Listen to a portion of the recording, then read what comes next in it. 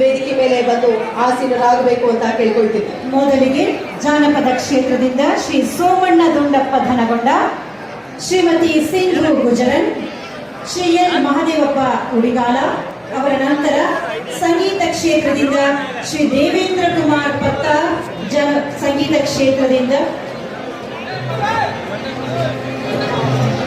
ಶ್ರೀ ಸೋಮಣ್ಣ ದುಂಡಪ್ಪ ಧನಗೊಂಡ ವಿಜಯಪುರ ಜನಪದ ಕ್ಷೇತ್ರದ ಸಾಧನೆಗಾಗಿ ಡೊಳ್ಳಿನ ಪದಗಳ ಹಾಡುಗಾರಿಕೆ ಮತ್ತು ಡೊಳ್ಳು ಕುಣಿತದ ಮೂಲಕ ಜನಜಾಗೃತಿಯ ಶಿಬಿರಗಳನ್ನು ಸಂಘಟಿಸುತ್ತಿರುವ ಸಮಾಜ ಸೇವಕರು ಸೋಮಪ್ಪ ದುಂಡಪ್ಪ ಧನಗೊಂಡ 65 ವರ್ಷಗಳಿಂದ ಈ ಕಾಯಕದಲ್ಲಿ ನಿರತರಾಗಿದ್ದಾರೆ.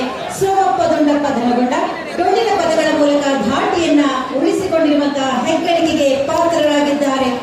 2025ನೇ ಸಾಲಿನ ರಾಜ್ಯೋತ್ಸವ ಪ್ರಶಸ್ತಿಯನ್ನು ತಮ್ಮೆಲ್ಲರ ಸಮ್ಮುಖದಲ್ಲಿ ಸಾಕ್ಷಿಯಲ್ಲಿ ಗೌರವಿಸಲಾಗಿದೆ. ಕನ್ನಡ ಮನಸ್ಸುಗಳೇ ಬರಲಿ ಭರಪೂರ ಚಪ್ಪಾಳೆ.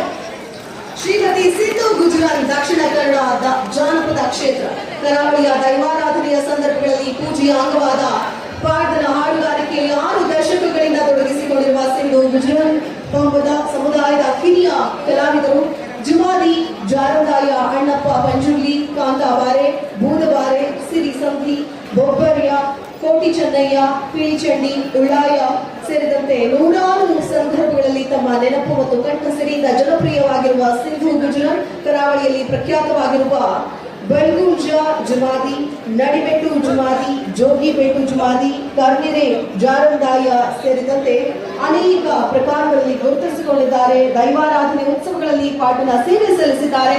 ಇವರಿಗೆ 2025ರ ರಾಜ್ಯೋತ್ಸವ ಪ್ರಶಸ್ತಿ ಲಭಿಸಿದೆ. ಅನಂತ ಅಭಿನಂದನೆಗಳು ಶ್ರೀಮತಿ